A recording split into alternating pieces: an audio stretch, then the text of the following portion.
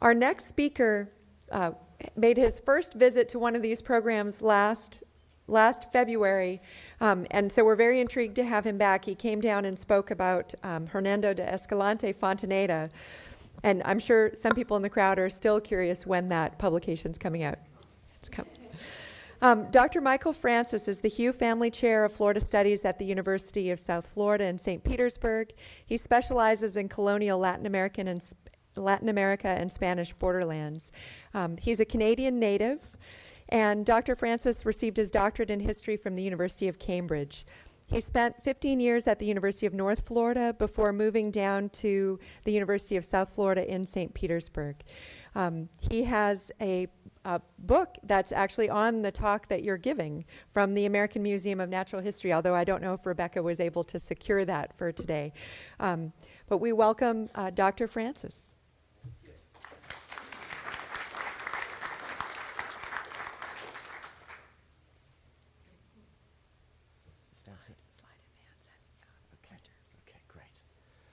Well, thank you so much, and thank you, Teresa, for organizing this panel again. Last year was so much fun, and I'm glad Gerald decided we needed to do another one. We need to find a theme for next year.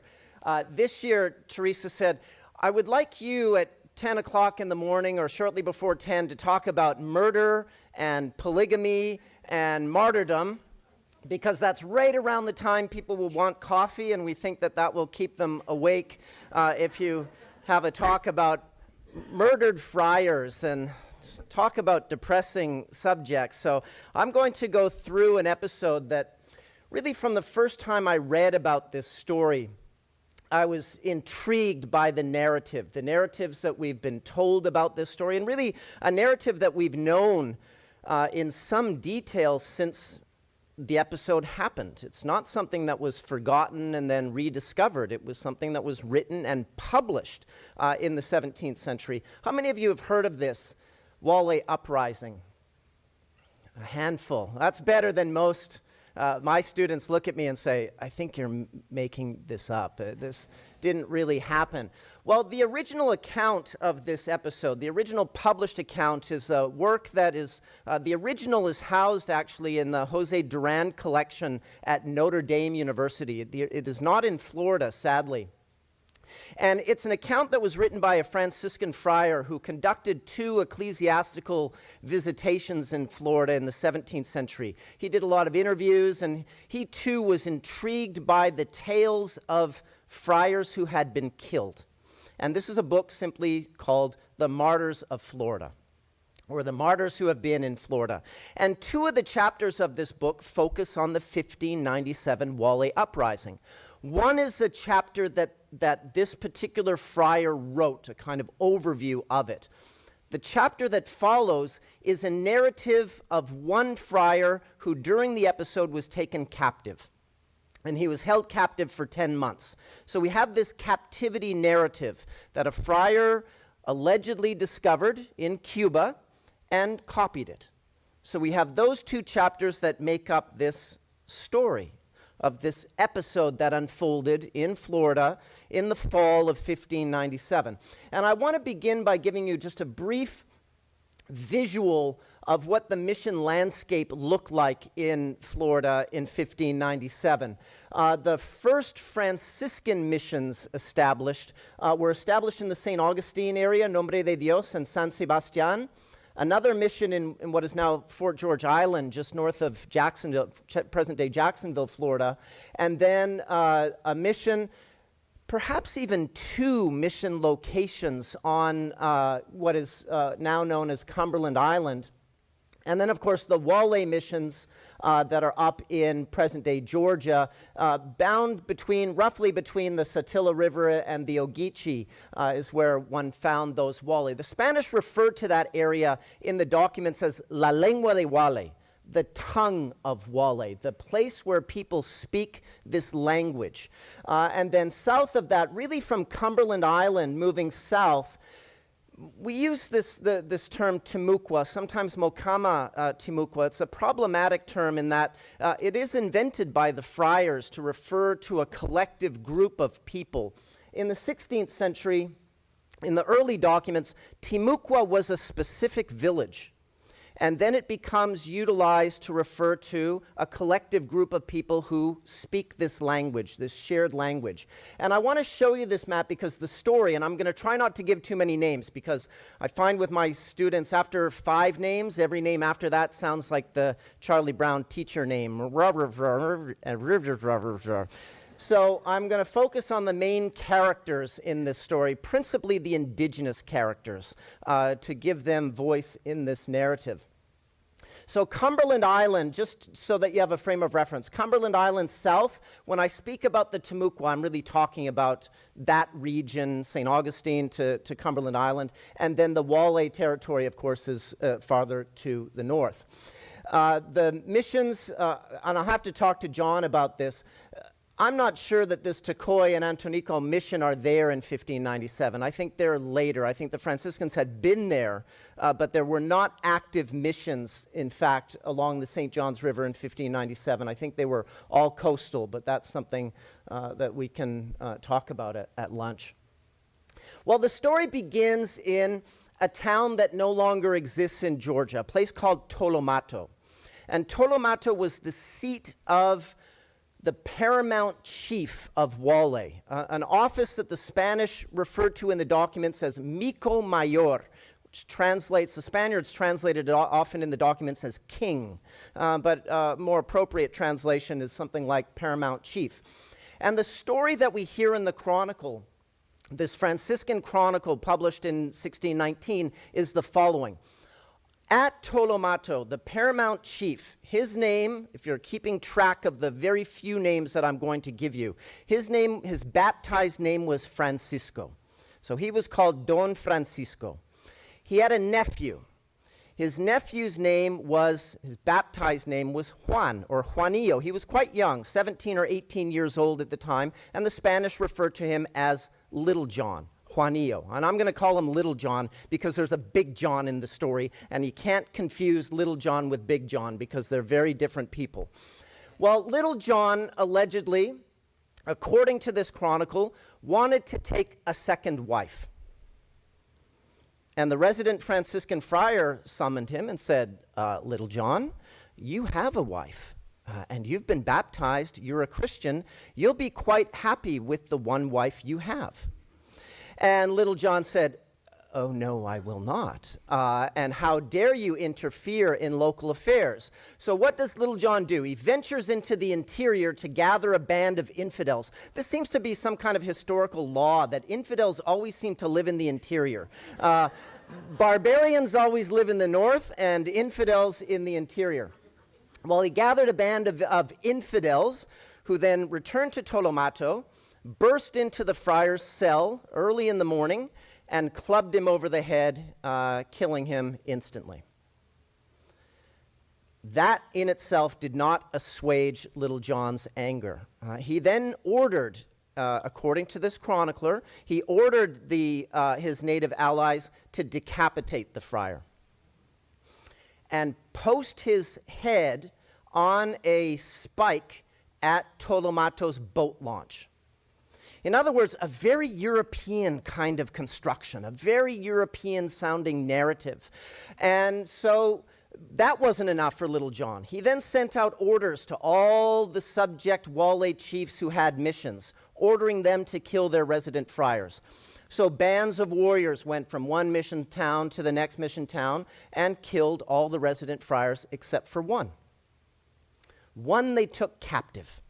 And they moved that friar up north to a town that we know in the documents as Tulufina, slightly north of Guale territory and inhabited by a group of Native Americans that the Spanish referred to as the Salchiche.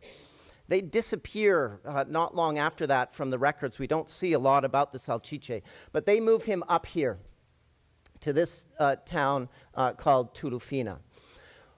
Well, you can imagine in the chronicler's account that when the governor heard word of this, he was not very pleased. That 5 of the 6 resident friars in Guale territory had been killed, so he begins to launch punitive expeditions into Guale territory.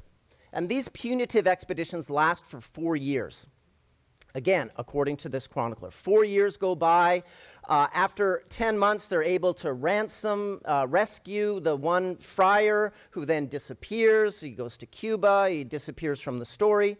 And the governor continues to launch these punitive campaigns until finally in 1601, 4 years after the episode, the Guale decide we need to sue for peace. They keep burning our crops. They're burning our towns. We need to sue for peace. And they do. And Little John, though, and his uncle Francisco, the paramount chief and the heir, refuse to surrender. So all the other Guale chiefs are forced to kill them. And that's the way the story has been told. And it's been repeated and repeated and repeated, and that's the basic narrative. The first time I read it, a couple of things I found rather unsettling. One is, if he's so angry with the friars, why spare any of them? And secondly, he's not paramount chief. So what right did he have to order all of the other chiefs to kill the resident friars? So I started to look into this project with a graduate student of mine who became obsessed with the story when we started to read about the story. And she, Kathleen Cole, she decided that she wanted to work on this project. And we spent really the better part of 3 years trying to piece together this story from Spanish documents. And what emerged was a story that's quite different from the one that's told in this chronicle. And a couple of important factors about it that certainly, I think, looking at an episode like this allows us to see is that Spanish power in 16th century Florida was far more tenuous than the Spaniards like to think. Far more tenuous than they give you the impression in their written documents. Native American power is much, much stronger than Spaniards tended to think.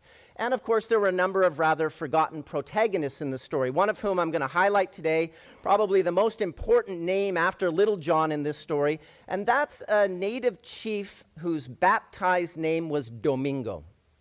Don Domingo. He was a chief of a Guale town called Asau. And before his baptism, as was tradition with the Spanish documents, they simply referred to chiefs by the name of the community. Asau would be synonymous with the chief and the town. And he was the cacique de Asau, sometimes just Asau, and then he was baptized and received the name Don Domingo. I would venture that the revolt is probably better named Don Domingo's revolt than Juanillo's revolt or Little John's revolt. And I want to tell you a little bit about his story. His story goes back to a wonderful, wonderful account that John Hahn published an edition of this with the University of Florida Press about a Spanish shipwreck in the year 1595. And I know John Worth has done some work on this as well, and John identifies the shipwreck site not far from present-day Wolf Island. And this ship went down. It was a ship that was traveling from Mexico back to Spain, and the ship, there were all kinds of unfortunate episodes that went on in the ship, and some of the survivors ended up on Wolf Island in 1595, 2 years before the Uprising. And they were rescued by the natives at Asau. And we hear this story, the Spanish version, from a teenage Spaniard, 17 years old, who later wrote an account of this shipwreck story. And he talks about this first encounter with the chief of Asau. And he said the chief was about my age, 17 or 18 years old, and for whatever reason, the two of them bonded. They became fast friends. And the chief invited them into the council house. They drank lots of casina. He fed them. And that chief guided them back to St. Augustine. All of these people who were lost. This chief said, I'll take you back to St. Augustine. And he does. He guides them back to St. Augustine. And I suspect, we don't have the records for this, but I suspect that that is where this chief was baptized. And he was baptized with the name Domingo. Why Domingo? Well, the governor in St. Augustine at the time was a gentleman by the name of Domingo Martinez de Avendaño. He likely served as the godparent in this baptism. He took the name Don Domingo, and at that point the governor decided we should set up some Franciscan missions in Guale territory. And they do. And they go up north, and they put a mission at Tolomato, where the paramount chief resides. They put a mission at Asau, down here, and they add 3 other missions sites in Guale territory. And for 2 years, the friars are there alone. There were 2 friars, 2 resident friars, a lay friar and another friar on St. Catherine's Island. All the other missions just had 1 friar. No soldiers, nothing. They were there by themselves. And for 2 years, there's not a hint that anything was going wrong at the missions.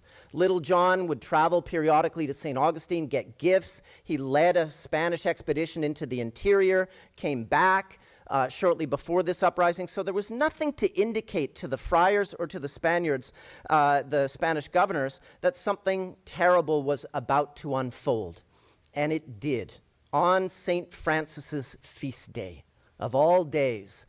And on St. Francis's feast day, if we go back to Cumberland Island, again, this is a place inhabited by Timucua-speaking peoples. On that feast day, before sunrise, a Guale Indian war party shows up. About 20 different canoes. They show up, they paddle likely down this way. They come to the southern part of the island, and they launch an attack. And there were 2 resident friars on the island at that time. They don't attack the friars. One of them is Pareja, who's on the island at that time. We'll hear more about Friar Pareja shortly. And they attack the island, but who do they attack? They attack one of the leaders of the island. They launch this attack, and the chief on that island, this Timucua chief, is a remarkable character. His name was Big John. Big John was a little bit older. At this point, Big John would have been about 24, 25 years old. And Big John hears that his island, his town, has been attacked by these Guale Indians, so he launches a counterattack. They capture some of the Guale, and they immediately scalp them. They don't take any captives. And the Guale who survived the attack paddle back up north towards Guale, and they get to roughly this part of the island. Not sure exactly where, but there's a settlement there that was called Behesi, a native settlement. And the natives of Behesi later testify, and they say, we saw the Guale war party retreat. And one of the commanders, the guy standing on the front of one of the canoes that led the retreat out of Cumberland Island, we recognized him. He was wearing a rather curious outfit. He was wearing one of the dead friars' robes. He was dressed as one of the friars who had been killed in Guale territory. And he was taunting the people at Behesi, saying, look at me. I'm all that's left of the friars up north. Kept taunting them and taunting. They tried to get him to come ashore, and he refused, and they went up north. Well, you can imagine how the friars on the island felt that morning, the 2 resident friars. And this is the first page of the letter that one of the friars wrote to the governor in St. Augustine. And you can almost see the trembling in his hand as he's writing this letter, saying, we were attacked this morning, and I think they were after us, and I fear that all of my brothers in Guale territory are all dead. You need to come here right now. And you know it's important. The governor actually tells us what time of day it was that the letter arrived in St. Augustine, at 10 o'clock in the morning, and he immediately launches an investigation. And he tries to keep it quiet. He says, we're going to go into Guale territory. We're going to see if we can capture anybody. And let's just pretend we're bringing supplies to the friars. So they show up in Guale territory, and all of the villages have been abandoned. There's nobody, they can't find anybody in any of the mission communities. What do they find? Well, they get to Tolomato, and if the chronicler's right, what would they have seen at Tolomato? They would have seen a dead friar's head on a pike at the boat launch. They never even find the friar's remains. That friar's remains are never found, ever. There's no head on a pike. What they do find is that the church has been burned to the ground, so is the friar's residence, but so is the council house. So why did they burn their own council house, the native council house, and those 2 other buildings? All the other buildings were still there. Then they go down to Tupiqui. When they get to Guale, they find the remains of 2 friars there, the church burned as well. They get to Tupiqui, they find every building in Tupiqui has been burned to the ground. Then they get down to Asau. where Domingo, the guy wearing the friar's hat, taunting people, where he was the resident chief. They get to Asau, and what do they find at Asau? Every building still standing. Every one. Now, of course, the Spanish then burn. They burn crops and they burn the buildings when they retreat. That is the only time the Spanish launch a punitive expedition between 1597 and 1601. They don't do another one. That's the only one. There's not 4 years of ongoing campaigns attacking the Guale. In fact, they start trading with them within a year. There are trading vessels going back and forth, and they don't launch those campaigns. So the chief, Big John, on Cumberland Island was rather perturbed that his island had been attacked by a Guale war party. So he writes a letter to King Philip II of Spain. And this is the letter that he pens to King Philip II of Spain. Now, he doesn't write the text. We know that he knows how to sign his name, and this is Don Juan's signature. And we have several writings by Native Americans from the colonial period, and this is one of them. He could sign his name. He wasn't obviously fluent. And he opens his letter by saying, "I kiss your majesty's feet." You know, when there's any feet kissing, that at some point in the letter there's going to be a request. I'm going to kiss your feet, but you're going to give me something in return. And he writes this 2-page letter in which he says, I'm really sorry about all those friars. It's a shame that those friars were killed. But that's what happens in a territory that does not have a leader it respects and fears. He then says, with your majesty's approval, I would like for you to mandate that the governor of St. Augustine appoint me as paramount chief of Guale. And he sends the letter. And the letter gets to the Council of the Indies. And the Council of the Indies reads it and says, he says in the letter, I want to be Mico Mayor. I should be appointed Mico Mayor. And the council says, this is a great idea. We love Big John. We've given Big John a horse. He gets a salary. He's an important ally. He provides maize for St. Augustine. And they say, we think this is a wonderful idea, but we have no idea what a Mico Mayor is. So they send a letter to the governor saying, we think this is a good idea, but what exactly is a Mico Mayor, and what do you think? And the governor responds immediately and says, are you crazy? He says, I'm trying to put this region, this unrest down. If we appoint this guy as paramount chief of Guale, the whole region is going to go up in flames. So he never does it, and he never tells Big John. I think it was one of those things where he says, letter hasn't come yet. I don't have a response from the crown. I'd love to appoint you as paramount chief, but I don't have a response yet. And so he never gets that appointment. And before the whole uprising story finishes in 1601, he falls ill. We don't know what happens to him. He falls ill and he dies. But he has an illness of some kind. It's something that is not sudden and it's not in warfare. So in any case, the Spanish then have no idea what's happened. They don't know who's involved. They know that Domingo is one of the key figures, but they don't know much of anything else.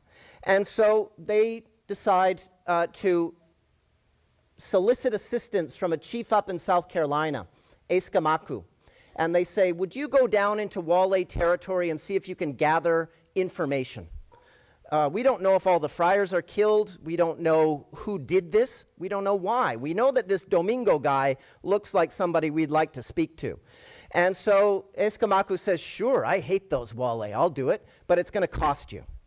So as Gerald was talking about with gifts, the Spanish continue to have to give them lots of gifts. And Aku commands a number of gifts in order to do this. And he comes back to the Spanish after 10 months and he says, yeah, there's one friar still alive, and the Indians at Tulufina, these Salchiche Indians, are waiting for you to ransom for his release.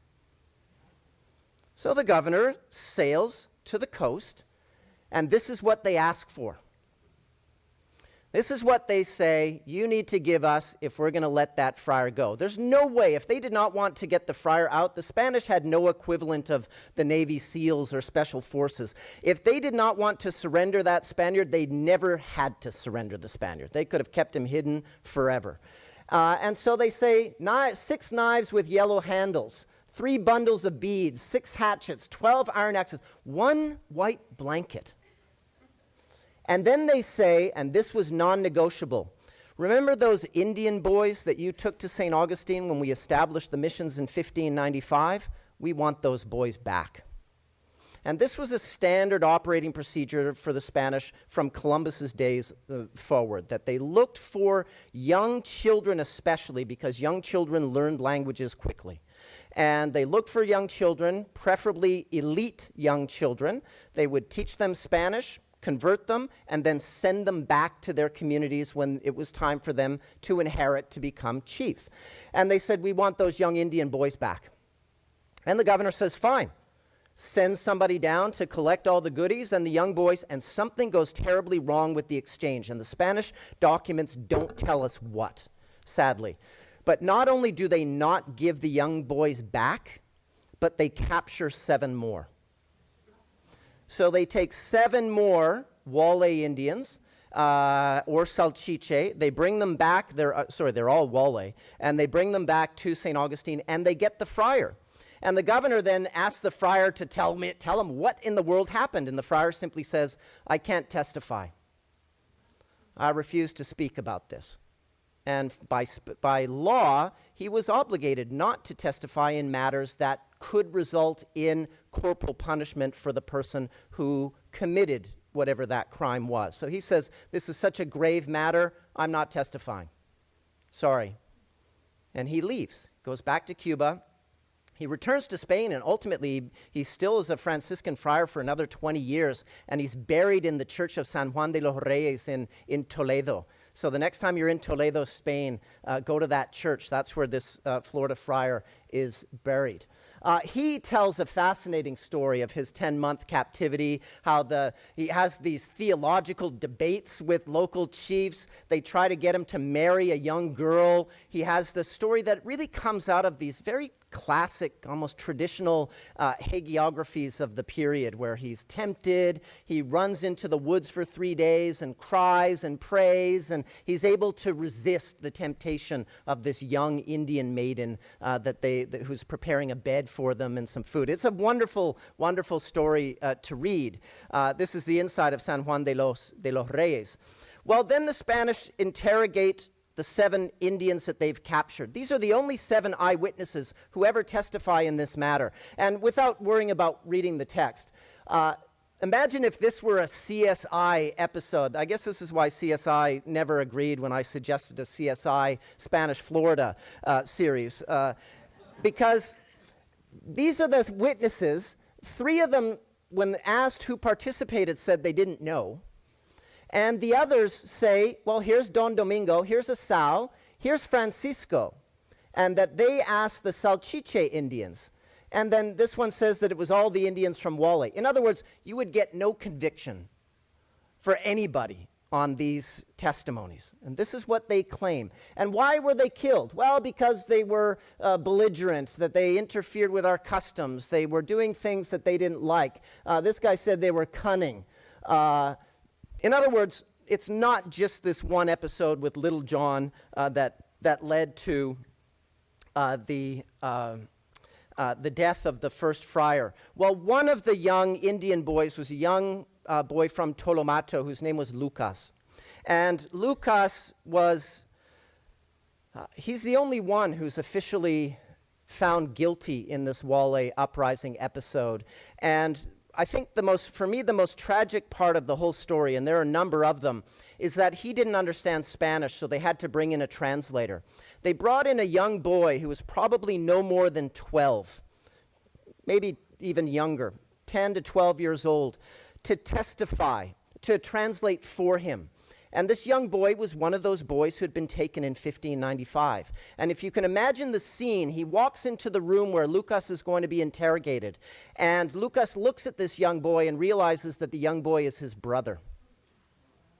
And the boy says to Lucas the following: if you don't tell the truth, we're going to bound your hands and feet.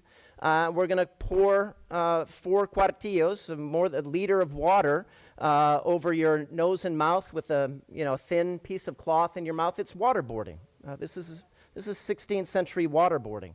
We don't know that they did it, but they threatened him with it. And he simply said, I was there, I didn't participate, but that didn't save him. So the next day he was paraded through the streets of St. Augustine, taken to the barracks and hanged. And he's the only one. After that, nobody else. Instead, Guale chiefs start showing up in St. Augustine. In 1601, Don Domingo himself shows up in St. Augustine, and he declares that he's paramount chief. He says, I'm paramount chief. I apologize for those dead friars. You know, they kind of deserved it. The governor agreed. The governor started writing letters back to Spain saying the friars deserved it. And so he then says that he's paramount chief, and then in 1601, he returns to St. Augustine to request a lot of goods so that he can launch a campaign against Little John and Don Francisco. He said, those two guys won't surrender. I want to launch a military campaign against them. And he does. He assembles a war party of 500 Indians, including the chief of the same, this is the same chief who held the friar captive for 10 months. He's now fighting with Don Domingo. Little John and Don Francisco had ventured off into the interior somewhere in Georgia, a town called Itufique, and they'd barricaded themselves in that town. And Don Domingo organized this war party, and 500 Guale and Salchiche Indians, one Spanish observer, and one translator. The governor didn't send any soldiers to do this. This was a Guale war party. And they launch this attack, and they do something that I've never seen in any other episode of Southeastern warfare yet. I've certainly not seen it in any of the Spanish documents. They storm that settlement.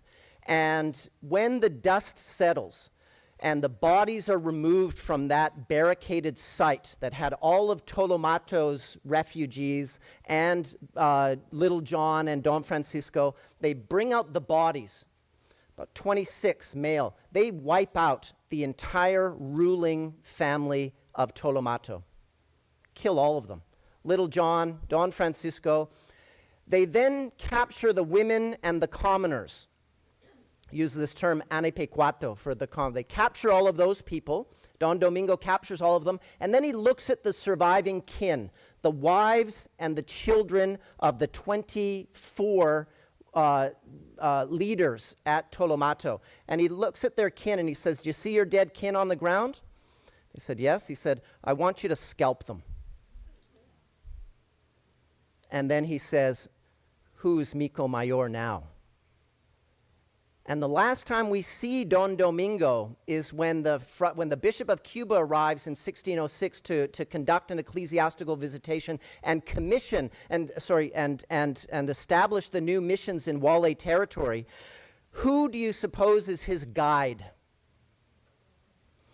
Don Domingo guides him through all of those missions in Guale territory. In other words, he's converted from public enemy number one to Spain's most important ally in Guale territory. Nothing happens to him. And they get to the mission at Asau to christen the new mission at Asau. Any idea what they call it? Santo Domingo de Asau. Is that a coincidence? In other words, is there a political connection even with the naming of some of these missions? And I'm sure Don Domingo would have been quite delighted to have the mission named after him, the Santo Domingo de Asau. And then the final point that John and I talked a little bit about at dinner is not long after the Guale Uprising, within a couple of decades, there's a settlement that appears not far from St. Augustine called Tolomato. It had never been there before. Tolomato was not a name you see in reference to any of the Timucua sites until you get to this post-rebellion. And I wonder, and I can't prove it, but I wonder if these are the captives and the runaways and the renegades who had lived at Tolomato who end up in St. Augustine and reestablish that town outside of St. Augustine because in Georgia it disappears forever. That is it for Tolomato. It never again appears on a map. So with that, I know I'm out of time. So I will open it up to any questions if you had any, or we can go to the next one. Thank you. Had I known, I wouldn't have. I wondered, we all hear about Native Americans dying off quite a bit because of diseases, Yeah. and I noticed you only mentioned one. Yeah.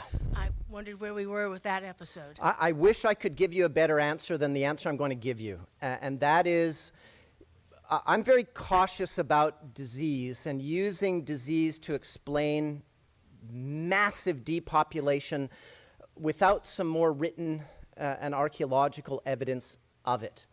The striking thing when you look at the colonial records, the 16th century especially, is there are very few references to large-scale epidemic disease. Elsewhere in the Indies, if you look at historical demography in central Mexico, in what becomes Colombia, New Granada, and Peru, when disease episodes like that happen, people write about them. Friars write about them, lay officials write about them. Everybody makes mention of these things. And right now, what's striking in the Florida example is how rare those references are to large-scale disease. And one of my worries about that sometimes is that disease can be used as a rather easy way to explain, to leave Native Americans out of the history. A kind of labor-saving device to talk about early Florida history as a European story without Native Americans. Native Americans outnumber Europeans throughout the entire colonial period. The entire colonial period. There are more than there are Spaniards. And we need to write them in, not leave them out and just dismiss them as, well, they all died. There weren't any left. They're all gone. And it's unfortunate that no one has really picked up on where Henry Dobbins kind of left off. We need some more rigorous historical demography. John and I have talked about these for even the Guale sites. It's very difficult because the Spaniards did not keep detailed census records. Now, if we find the mission records, that will change what we know about historical demography and will certainly give us a window into disease that we don't have right now. So it's not to say that there weren't massive episodes, but until I see better evidence of them, I'm cautious about saying, yeah, they're there. I think it's more interesting that they vastly outnumber Spaniards and how rare episodes like this are. Those military encounters between Spaniards and Native Americans are rare episodes.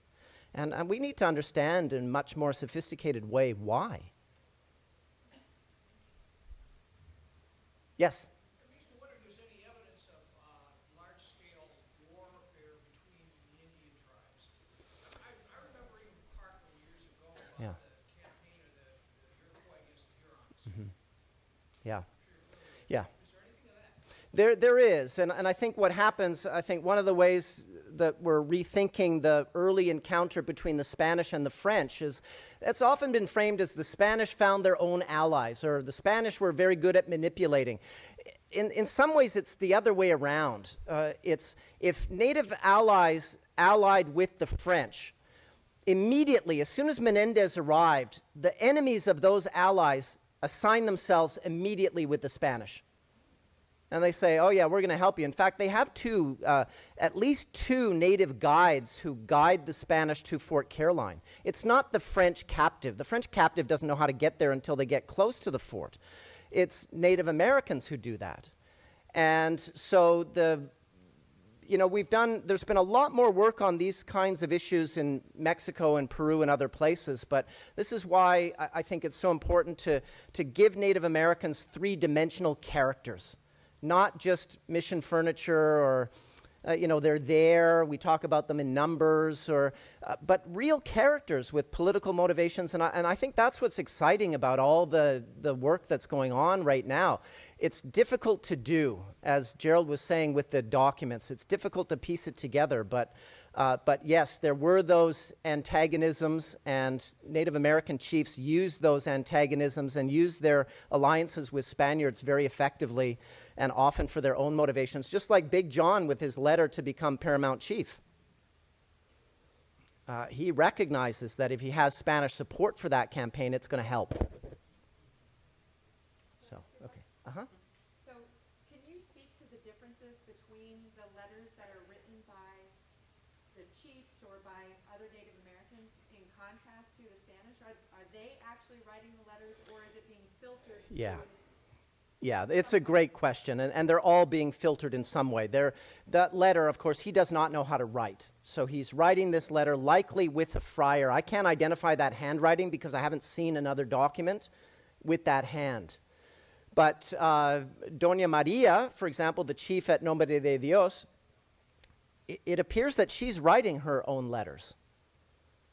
And so later on, there are lots of disputes about whether the friars, I'm sure John's going to talk about this with the 1656 Temuco Revolt, whether the friars are in fact dictating what goes in them. I have a hard time believing that, especially when you see what happens daily at the missions. The friars have to negotiate at those missions, and they simply cannot dictate what they want the mission populations to do.